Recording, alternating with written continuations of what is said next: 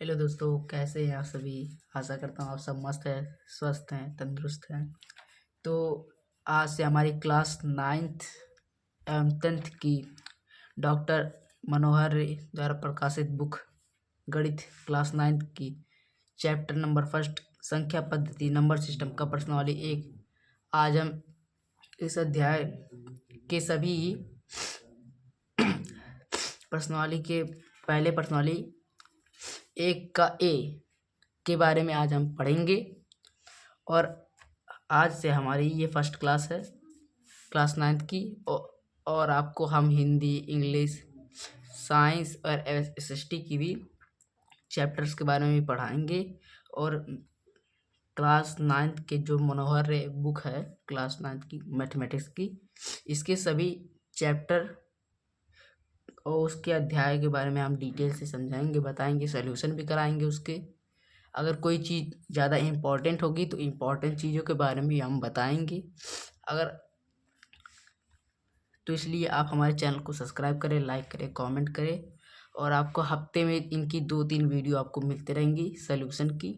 तो चलिए इस वीडियो को स्टार्ट करते हैं अपने चैप्टर संख्या पद्धति को, प्रश्नावली पहले का ए। तो पहला क्वेश्चन है, मैं आपको बुक में दिखा देता हूँ, इसको बगल में कर लेते हैं। पहला क्वेश्चन देखिए यहाँ पर है कि 20 और 40 के बीच समस्त धन पूर्णांक लिखिए। देखिए इसमें क्या कहा है, पहले अध्याय के प्रश्नावली फर्स्ट का ए में क्या लिखा है कि 20 और 40 के बीच समस्त धन पूर्णांक। समस्त धन पूर्णांक मतलब क्या होता है, पॉजिटिव नंबर, पॉजिटिव इंटीजर्स होता है। तो सम मतलब होता है क्या, सम विषम। सम होता है जो 2 से विभाजित हो, और विषम मतलब होता है 2 से विभाजित ना हो। तो यहाँ पर ऐसी संख्याएं बताए गए हैं समधन पूर्णांक, यानी आपको पॉजिटिव इंटीजर चाहिए। कौन से वाले, समधन वाले, समधन वाले। तो चलिए 20 और 40 के बीच में समधन पूर्णांकों के बारे में जानते हैं। इस बुक को साइड कर लेते हैं हम। अब हमारी कॉपी पे हम इसके सॉल्यूशन करा देते हैं। तो पहले का है, हल कर देते हैं इसके। बोला है 20 और 40 के बीच समधन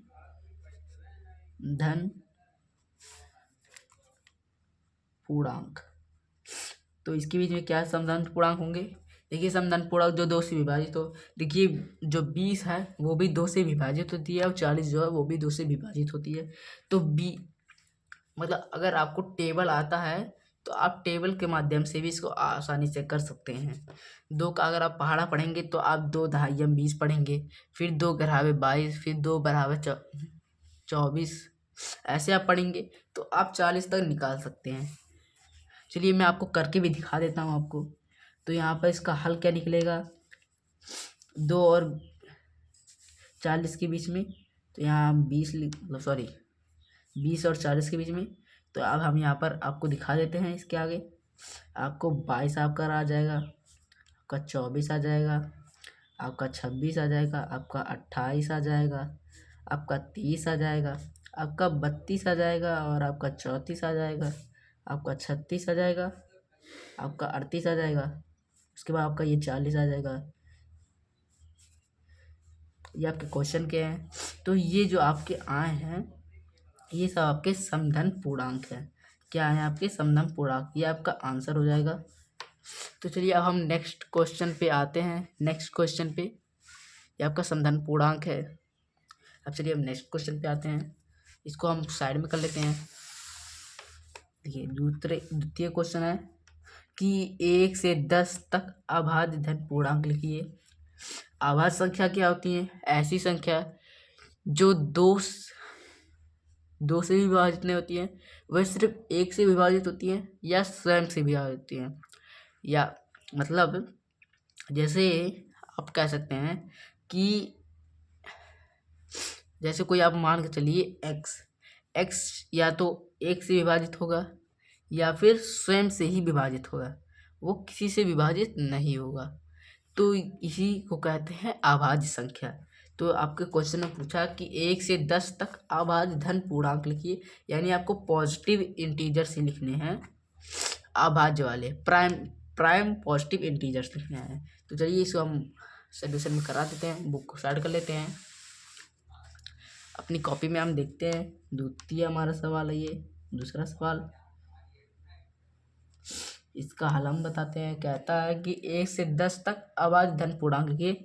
तो 1 से 10 के बीच में अभाज्य धन पूर्णांक, 1 से 10 के बीच अभाज्य धन पूर्णांक। तो 1 और 10 के बीच में आपको ज्ञात करना है। तो इसके बीच में देखिए आपका 3 आता है। 3 देखिए किसी से डिवाइड नहीं होता, आपका 2 भी आता है। देखिए 2 स्वयं से डिवाइड होता है और या फिर 1 से डिवाइड होगा, और 3 भी स्वयं से डिवाइड होता है और 1 से डिवाइड होता है। उसके बाद आपका 5 आ जाएगा, उसके बाद आपका 7 आ जाएगा,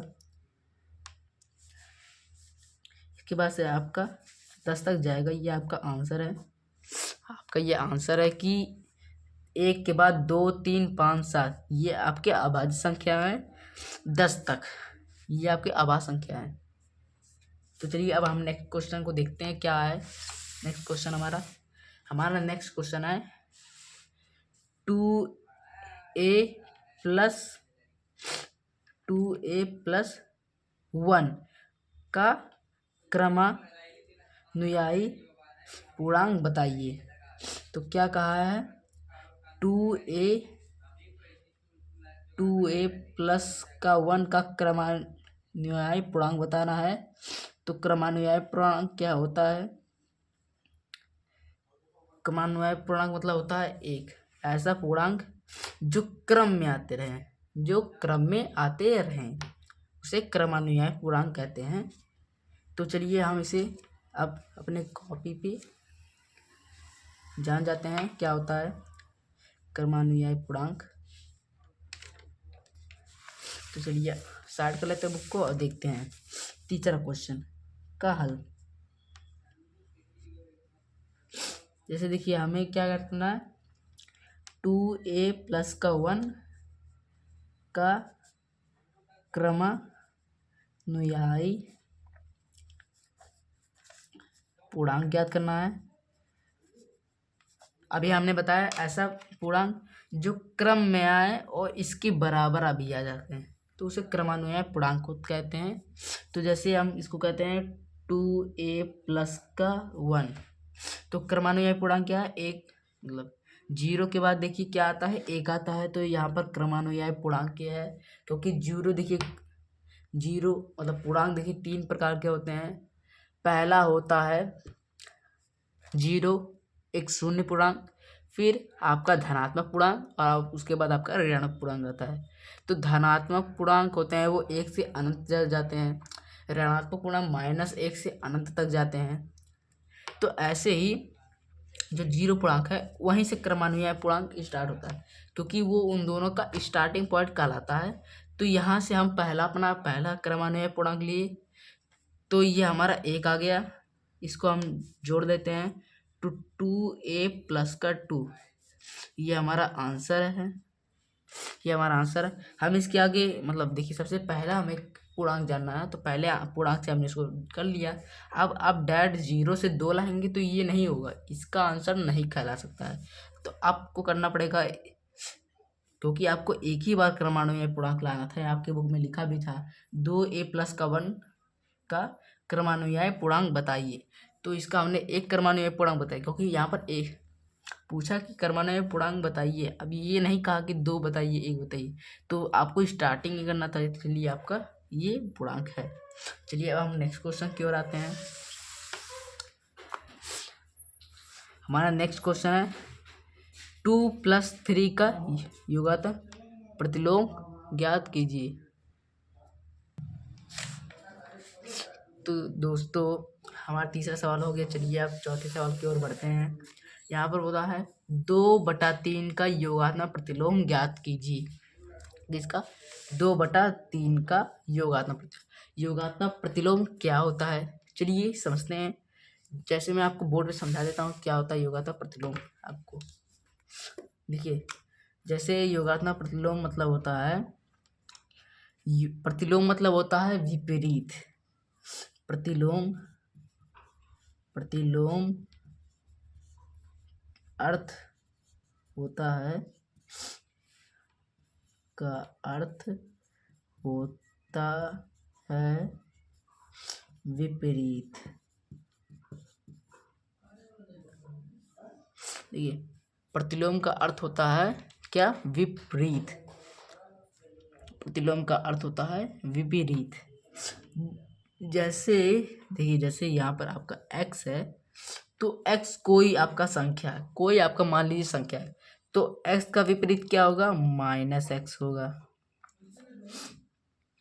माइनस आपका x होगा, x का विपरीत होगा -x। ऐसे आप a ले लेंगे, a का विपरीत होगा -a। अगर आप ले लेंगे -y का विपरीत हो जाएगा y। समझिए, क्लियर है आपको कि -y का विपरीत क्या होगा, y होगा।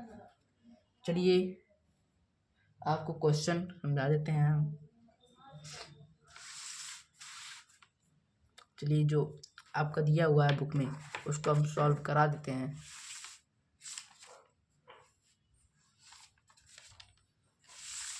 चलिए, तो दिया है कि 2/3 का योगात्मक प्रतिलोम।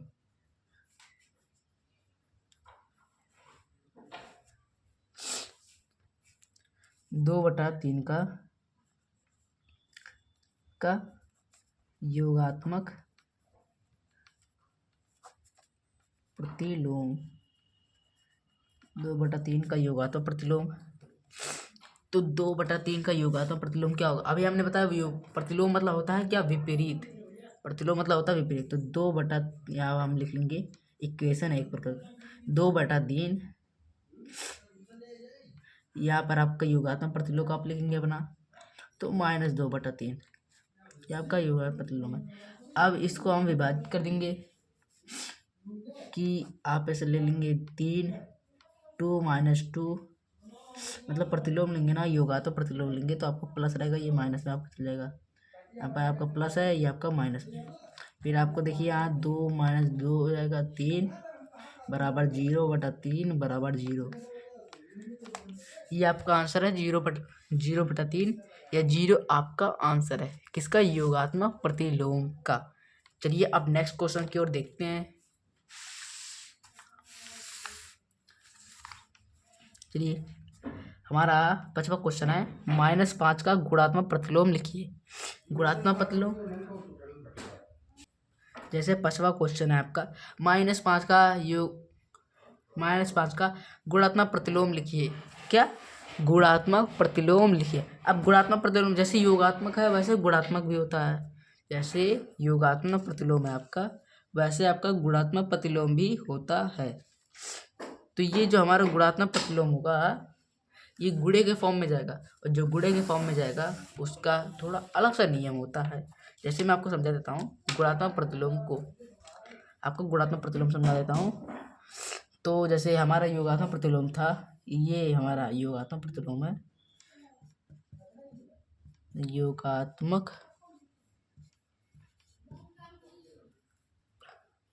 योगात्मक प्रतिलोम है आपका। वो क्या कहता है कि a बराबर -a हो जाएगा आपका, a बराबर -a हो जाएगा आपका। तो जो गुणात्मक प्रतिलोम है उसका क्या कहना है,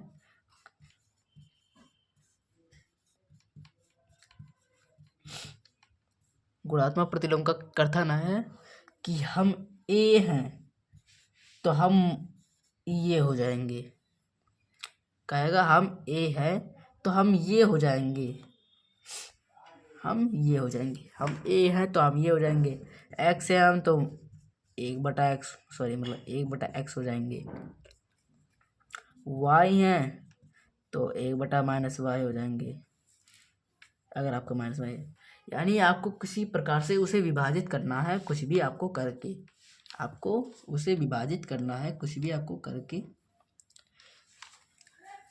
जैसे अगर आप माइनस आ गए हैं तो आपका माइनस लग जाएगा। प्लस में आया तो आप प्लस में हो जाएगा, माइनस में आया तो माइनस में हो जाएगा। तो चलिए अब आंसर की ओर चलते हैं। तो चलिए हमारा 5वां क्वेश्चन है का हल देख लेते हैं। कह रहा है -5 का गुणात्मक प्रतिलोम। क्या कह रहा है? -5 का गुणात्मक प्रतिलोम। तो हमने बताया है कि आपको -5 का अगर गुणात्मक प्रतिलोम लेगा तो गुणे के फॉर्म में आएगा। तो यहाँ पर 1/-5 जाएगा।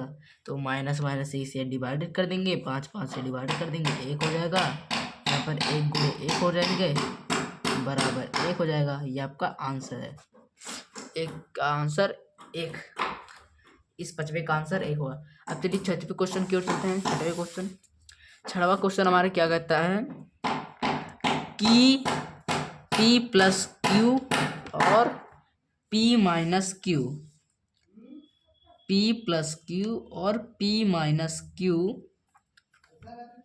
की योगात्मक प्रतिलोम लिखिए। P+Q और P-Q का योगात्मक प्रतिलोम लिखिए। तो चलिए इसको हम बहुत सरल तरीके से करते हैं। चलिए 6वें का हम देख लेते हैं। P+Q एक बराबर P-Q का योगात्मक प्रतिलोम देखिए। चलिए पहले हम चलिए देखिए P+Q का योगात्मक प्रतिलोम क्या होगा। जैसे आप जानते हैं योगात्मक प्रतिलोम होता है माइनस आगे इसके लग जाता है। तो P+Q का योगात्मक प्रतिलोम होगा आपका -P+Q। यह आपका योगात्मक प्रतिलोम होगा। अब P-Q का आप देख लेंगे। P-Q का क्या है आपका? P-Q में देखिए आप देखिए -P-Q ये आपका योगात्मक प्रतिलोम होगा। क्या? P+Q P-Q। चलिए अब हम नेक्स्ट क्वेश्चन की ओर चलते हैं। नेक्स्ट क्वेश्चन है हमारा 7वां कि x के किस मान के लिए 5 गुणे कोष्ठक में 3 गुणे 2 बराबर 5 गुणे 3 गुणे x का कथन सत्य है। ये आपसे पूछा है 7वां कि 5 गुणे 3 + 2x आपका क्वेश्चन पूछा है। चलिए इसको हम सॉल्व करके दिखाते हैं। क्या है ये आपका? क्या है 7वां क्वेश्चन का हल देख लीजिए आप। चलिए आपका 7वां क्वेश्चन का देख लेते हैं कि x का मान ज्ञात करना है आपको। तो x का मान आपको ज्ञात करना है। तो x का मान में आपको क्या क्या दिया है यहाँ पर? यह 5 गुणे कोष्ठक में 2 बराबर 5 गुणे 3 गुणे x। ये यहाँ पर ये x का मान आपको ज्ञात करना है। तो आपको क्या करना है? ये 5 गुणे 3 गुणे 2 है। देखिए यहाँ पर ये गुणे के फॉर्म में है, इसको हम नीचे लाएंगे तो भाग के फॉर्म में चला जाएगा।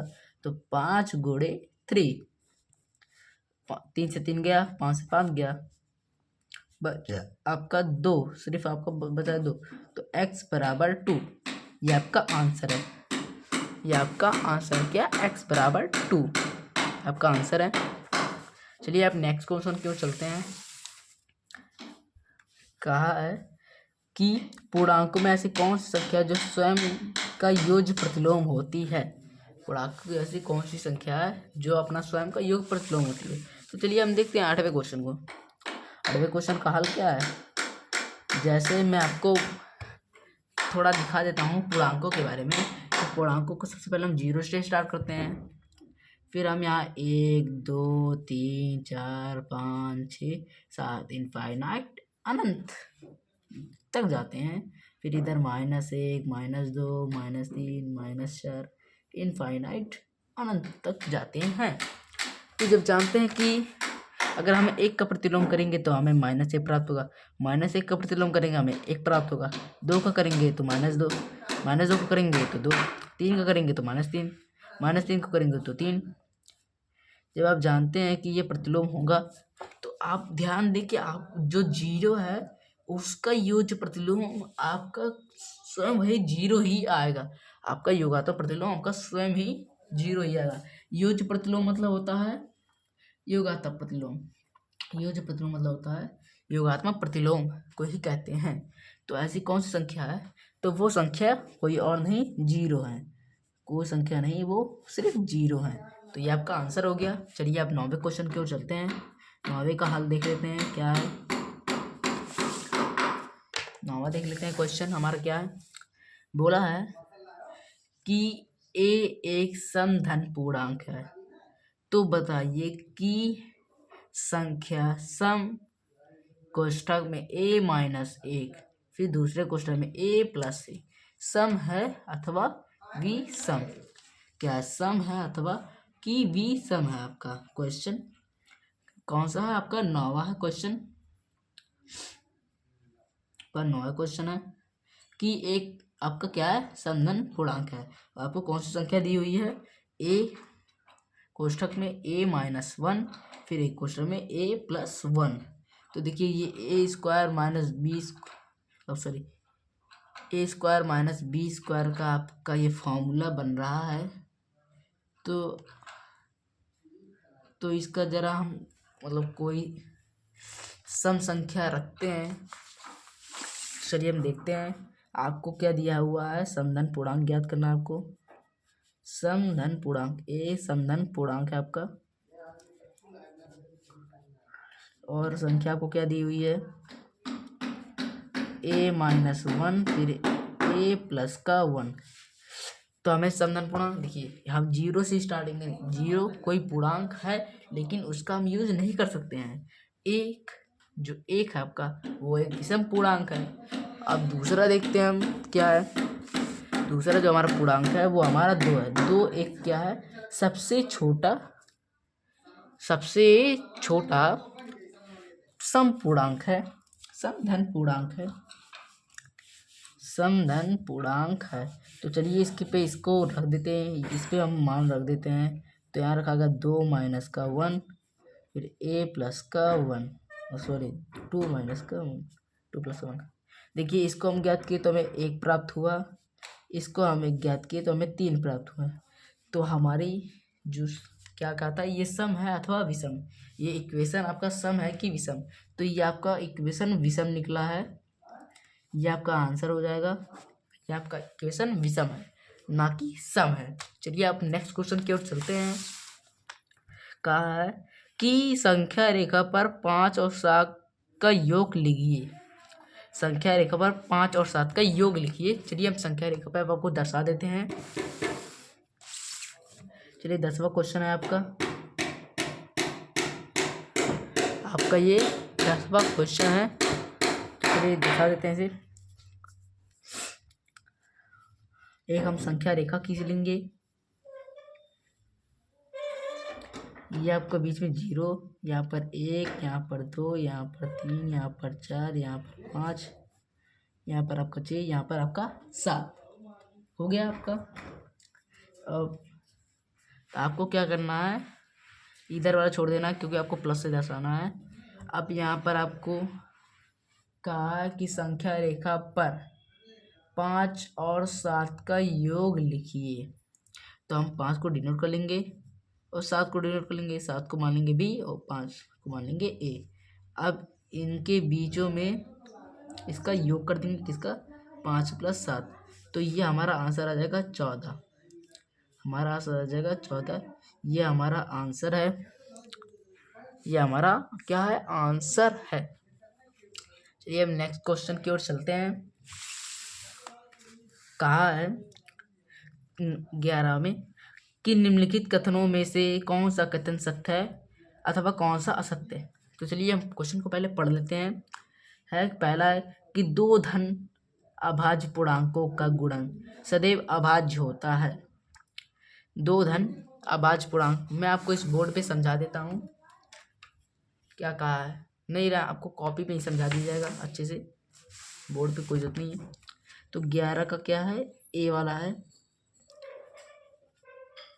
क्या कहा है? 2 धन अभाज्य पूर्णांकों का गुणन सदैव अभाज्य होता है। तो कहा है कि दो धन अभाज्य पूर्णांक का गुणन सदैव एक अभाज्य होता है। तो ये हमारा 11 का ए का हल हम बता रहे हैं। जैसे हम मान लेते हैं कोई संख्या, माना कि 2 है और 3, तो अब हम इसमें कहा कि दो धन अभाज्य गुणा, हमने धन लिया है, देखिए सब प्लस का है, अभाज्य भी हमने लिया, 2 अभाज्य 3 भी अभाज्य है, इसका गुणन सदैव अभाज्य होता है, इसका जो परिणाम निकलेगा वो भी अभाज्य रहेगा। चलिए हम इसका गुणन कर लेते हैं। 2 गुणे 3, 2 गुणते 3 बराबर 6, 2 गुणते 3 बराबर 6, लेकिन ये हमारा तो एक सम पूर्णांक है, ये हमारा एक सम धनात्मक पूर्णांक है। तो ये हमारा पहला जो है ए वाला वो असत्य हो जाएगा, पहला हमारा असत्य हो जाएगा। चलिए हम इसका बी वाला जान लेते हैं। कहा है कि दो धन अभाज्य पूर्णांकों का योग सदैव अभाज्य होता है। तो यहाँ पर देखिए गुणन क्या जगह पे यहाँ पर योग दे दिया है, तो इसका भी हम इसका भी हम देख लेते हैं, इनमें भी अभाज्य बोला है।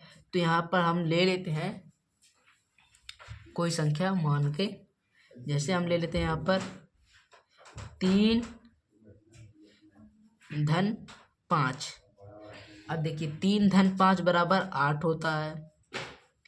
अब कुछ लोग कहेंगे सर आप 2 + 3 क्यों नहीं लिए, तो 2 + 3 बराबर 5, तो ये सत्य हो जाएगा, लेकिन हर जगह ऐसा लागू नहीं होता, क्योंकि हमने अभी 5 + 3 लिया है तो 8 आया, वो भी एक क्या है, समधन पूर्णांक है, समधन पूर्णांक है, तो इसलिए ये असत्य हो जाएगा, ये भी हमारा असत्य हो जाएगा। सी वाला इसका देख लेते हैं। सी वाले में क्या कहा है कि यदि ए और बी कोई दो ऋण पूर्णांक है, ए और बी कोई दो ऋण पूर्णांक है, तब ए धन बी सदैव एक ऋण पूर्णांक होगा। चलिए इसको भी हम जान लेते हैं अपने कॉपी में। कहा है कि ए और बी ऋण पूर्णांक हैं, तो ए बी ऋण है, ऋण की बात किया है, तो मान लेते हैं कि हमारा -2 है, ऋण पूर्णांक की बात किया है, तो -2 + -3 ये हमारा ऋण पूर्णांक नहीं है, हम इसकी जगह 4 ले लेते हैं, 4 माइनस, क्योंकि यहाँ पर बोला है ऋण पूर्णांक, दो ऋण पूर्णांक है, यानी यहाँ पर नेगेटिव इंटीजर्स की बात किया है, तो इसका भी सदैव ऋण ही आएगा। चलिए देख लेते हैं। अब हम इसको करेंगे तो हमारे यहाँ पर 2 हो जाएगा, -4 हो जाएगा, उसके बाद करेंगे हम यहाँ पर 2 + 4 हो जाएगा, फिर देखिए यहाँ 4 2 6 हो जाएगा, बड़ी संख्या के सामने माइनस था तो यहाँ पर इसलिए माइनस हो जाएगा। तो ये हमारा क्या है, सत्य है, हमारा ये इक्वेशन क्या है, सत्य है। चलिए अब हम नेक्स्ट क्वेश्चन की ओर चलते हैं। कहा है नेक्स्ट क्वेश्चन कि यदि ए एक समधन पूर्णांक है, ए एक समधन पूर्णांक है, तो दिखाइए कि संख्या ए कोष्ठक में a+1, कोष्ठक में a+2, कोष्ठक में a+3 है, संख्या 24 से पूर्णतया विभाजित होगी, से पूर्णतया विभाजित होगी। क्या बोला है कि 24 से पूर्णतया विभाजित होगी। आप क्वेश्चन के देखिए, हम समझा देते हैं एक्सप्लेनेशन के साथ आपको। तो चलिए हम अपने इस कॉपी पे समझ जाते हैं कि इसको कैसे किया गया है। चलिए कॉपी पे समझ लेते हैं हम अपने।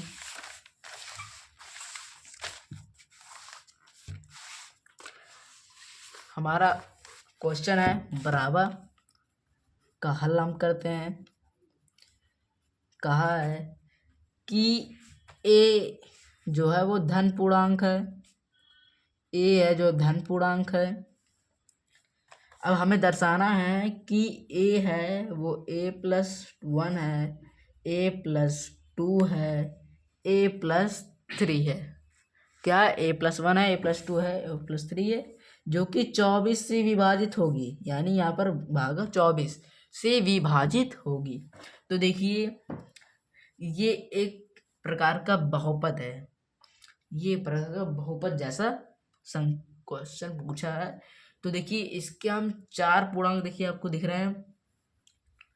आपको यहाँ पर पूर्णांक जैसे देखने हैं आपको क्या क्या है। तो देखिए आपको यहाँ पर क्या बोला है कि यहाँ पर आपके देखिए 4 पूर्णांक आपको दिख रहे हैं। 1 पूर्णांक, 2 पूर्णांक, 3 पूर्णांक, 4 पूर्णांक। आपको 4 पूर्णांक देखिए आपके।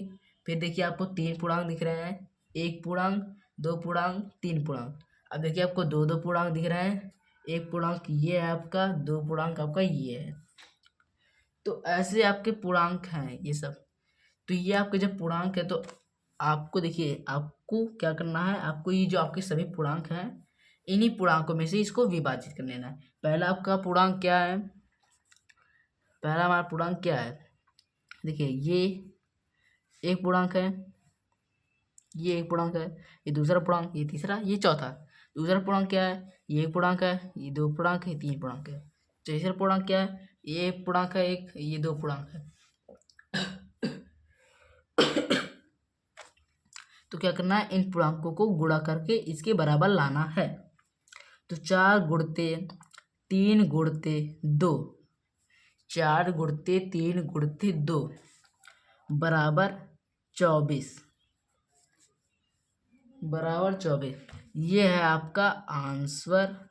आप इसको एक और तरीके से कर सकते हैं। आप यहाँ पर कोई भी धन पूर्णांक रख के इसको आप ला सकते थे, लेकिन ये हमारा सबसे सरल तरीका है। इसकी जगह पे यहाँ पर, इसकी जगह पे यहाँ पर, इसकी जगह पे यहाँ पर रखागा। यही आपका आंसर है, यही आपका आंसर है। चलिए हम नेक्स्ट क्वेश्चन की ओर चलते हैं। आपका नेक्स्ट क्वेश्चन है कि यदि एक समधन पूर्णांक है बी और एक विषम धन पूर्णांक, तो बताइए कि निम्नलिखित संख्याओं में से कौन सी सम होगी। यहाँ पर आपके देखिए कुछ नंबर्स दिए हुए हैं, इस नंबर्स को हम नोट कर लेते हैं। देखिए आपको दिख रहे हैं यहाँ पर कि यदि एक समधन पूर्णांक है बी और एक विषम धन पूर्णांक है, तो बताइए कि निम्नलिखित संख्याओं में से कौन सी सम होगी। चलिए अब आप इसको कॉपी पे हम नोट करके आपको सबको समझा देते हैं। तीसरे मतलब 13वें का हल आपको क्या क्या दिए हैं, ए दिया है आपको, आपको बी स्क्वायर दिया है, स्क्वायर बी स्क्वायर दिया है, a+b दिया है आपको, a गुणे b दिया है आपको, a+1 दिया है आपको, फिर यहाँ पर आपको b+1 दिया है आपको इतना दिया है। अब देखिए 13वें का एक और समधन पूर्णांक है, तो समधन पूर्णांक में देखिए आपको पहले यहाँ दिख रहा है a, तो आपका आंसर में यहाँ आपका ये a हो जाएगा। फिर आपका a+b, कोई संख्या रख लेते हैं। तो अगर आप जैसे कोई आप संख्या रख लेते हैं, जैसे देखिए आप कोई संख्या रख लेते हैं, जैसे मैं आपको बताऊंगा अभी संख्या आपको। जैसे आपका देखिए a+b है, बुक में भी आप देख लीजिए a+ क्या है, b है, a+ क्या है, b है, a+b है। तो यहाँ पर आप कोई संख्या रख लेते हैं, जैसे मैं आपको संख्या बता रहा हूँ। जैसे आप यहाँ पर रख लेते हैं 3, आपका ये विषम है, 2, 3 2 5, इसलिए ये आपका नहीं होगा। आपका ये आता है a गुणे b, 3 रखेंगे 2 रखेंगे तो 3 2 6 होगा, 6 आपका एक समधन पूर्णांक निकल रहा है, तो ये भी आपका हो जाएगा। आपका ये भी हो जाएगा, a+b हो जाएगा। अगर आप क्या रखेंगे, 12 रखेंगे, 12 रखेंगे, 12 3 15 निकल जाएगा, ये आपका नहीं होगा, ये भी आपका नहीं होगा। अब आपका देख लीजिए ये यहाँ 1 है, ये a+b, यहाँ पर आप 2 रख लेंगे, 2 3 3 दूनी 6, आपका ये भी सही है, a+1। ये आपका b है, यहाँ पर आप रख देंगे 3 3 1 4 4 यहाँ पर आप 3 रखे, 3 1 4, 4 तिहाई 12, आपका ये भी सही है। b+1 ये आपका आंसर हो गया। चलिए आप अपने 14वें क्वेश्चन की ओर चलते हैं। कहा है निम्नलिखित पूर्णांकों में किन गुणधर्मों के अंतर्गत निम्नलिखित कथन सत्य है। चलिए इसके हमें गुणधर्मों यानी इसके गुणों के बारे में लिखना है। तो पहला 14वां का पहला देख लेते हैं। पहला है ये, इसका हल क्या है कि 3 गुणे 8 + 7, फिर 3 गुणे 8, फिर प्लस 3 गुणे 7, 3 गुणे 8 फिर 3 गुणे 7, ये आपका है। तो देखिए आपको ये कैसा स्ट्रक्चर लग रहा है, ये आपको देखने में ये क्या लग रहा है आपको, ये आपको देखने में कैसा गुण लग रहा है। अगर आपने अपने स्कूलों में गुणों के बारे में पढ़ा होगा तो आप जान जाएंगे कि ये कैसे गुण हैं। अगर आप नहीं जानते हैं तो चलिए हम आप उसको बता देते हैं। ये हमारा योग, ये देखिए यहाँ पर योग हो रहा है ना, यहाँ पर भी देखिए योग हो रहा है। तो योग पर, ये हमारा पहला योग पर गुणा का वितरण नियम है। आप देख के बता सकते थे, ये वितरण नियम है, वितरण नियम है इसका योग के गुणा पर। बी वाला देख लेते हैं, ये ए वाला था, बी वाला देख लेते हैं। बी वाला क्या है, 3 + 5 + 9 बराबर 3 + 5 + 9, ये है। ये कौन सा नियम है, देखिए ये ब्रैकेट में ले लिया, इसको ब्रैकेट में ले लिया, इस संख्या को बाहर कर दिए, इस संख्या को बाहर कर दिए। आप जानते हैं कि यहाँ पर एक नियम फॉलो होता है, a प्लस ब्रैकेट में b + c बराबर a प्लस ब्रैकेट में a + b फिर ब्रैकेट खोलो फिर +c। तो ये कौन सा नियम है, ये आपका सहचर्य नियम है। किसके अंतर्गत, योग का सहचर्य नियम है। ये योग का सहचर्य नियम है, ये आपका योग का आपका क्या है, सहचर्य नियम है आपका। चलिए सी वाला देख लेते हैं। सी वाला है 3 × 2 बराबर 2 × 3, 3 × 2 बराबर 2 × 3। देखिए ये आपका कौन सा नियम है, देखिए यहाँ पर ये विपरीत हो रहा है, तो ये आपका क्रम विनिमय नियम है, क्रम विनिमय नियम है, क्रम विनिमय नियम है आपका ये। चलिए डी वाला देख लेते हैं। यहाँ पर है 3 × 5 बराबर a × 5, तो a बराबर 3, 3 × 5 बराबर a × 5, तो यहाँ पर a + 3 है। तो ये आपका कौन सा नियम है, आपका ये निरसन नियम है। ये आपका कौन सा नियम है, निरसन नियम है। ये आपका कौन सा नियम है, निरसन नियम है। चलिए अब नेक्स्ट क्वेश्चन की ओर चलते हैं। नेक्स्ट आखिरी आपका क्वेश्चन है, इसके बाद आपकी ये प्रश्नावली समाप्त हो जाएगी। ये 15वें का हल देख लेते हैं। 15वां क्वेश्चन का है, संख्या रेखा पर -5 -2 0 1 2 5 को दर्शाइए। चलिए दर्शा देते हैं। एक संख्या रेखा खींच लेते हैं हम, बीच में सेंटर 0 कर देते हैं। इधर -1 -2 -3 -4 -5 दिखा दिया हमने। अब इधर 1 2 3 4 5 6 7 8 दिखा दिया आपको। क्या कहा कि -5 दिखाना है, चलिए आपको -5 दिखा दिया हमने। -2 दिखाना, चलिए आपको हमने -2 दिखा दिया। 0 दिखाना है, चलिए हम 0 दिखा दिए। 1 दिखाना था, 1 दिखा दिए। 2 दिखाना था, 2 दिखा दिए। 5 दिखाना था, 5 दिखा दिए। तो ये हमारा क्या है, आंसर है। तो आपकी ये प्रश्नावली समाप्त होती है। आपको ये वीडियो पसंद आई हो तो कृपया चैनल को सब्सक्राइब करिए, लाइक करिए, कमेंट करें कि आपको ये वीडियो कैसी कितनी अच्छी लगी। अगर इसमें आपको कोई डाउट हो रहा है तो हम आपको दूसरी वीडियो में जो हमारे प्रश्नावली फर्स्ट का भी होगा उसमें हम आपको समझा देंगे। तो और इस वीडियो को आप ज़्यादा से ज़्यादा शेयर करिए। अब हम आपको मिलेंगे, अगर आपको कोई डाउट है तो आप कमेंट में लिख दीजिए, मैं आपको अगली वीडियो में बता दूंगा। और अब तक के लिए धन्यवाद। अब हम मिलेंगे आपको अगली वीडियो प्रश्नवाली पहले का बी में। जय हिंद, जय भारत।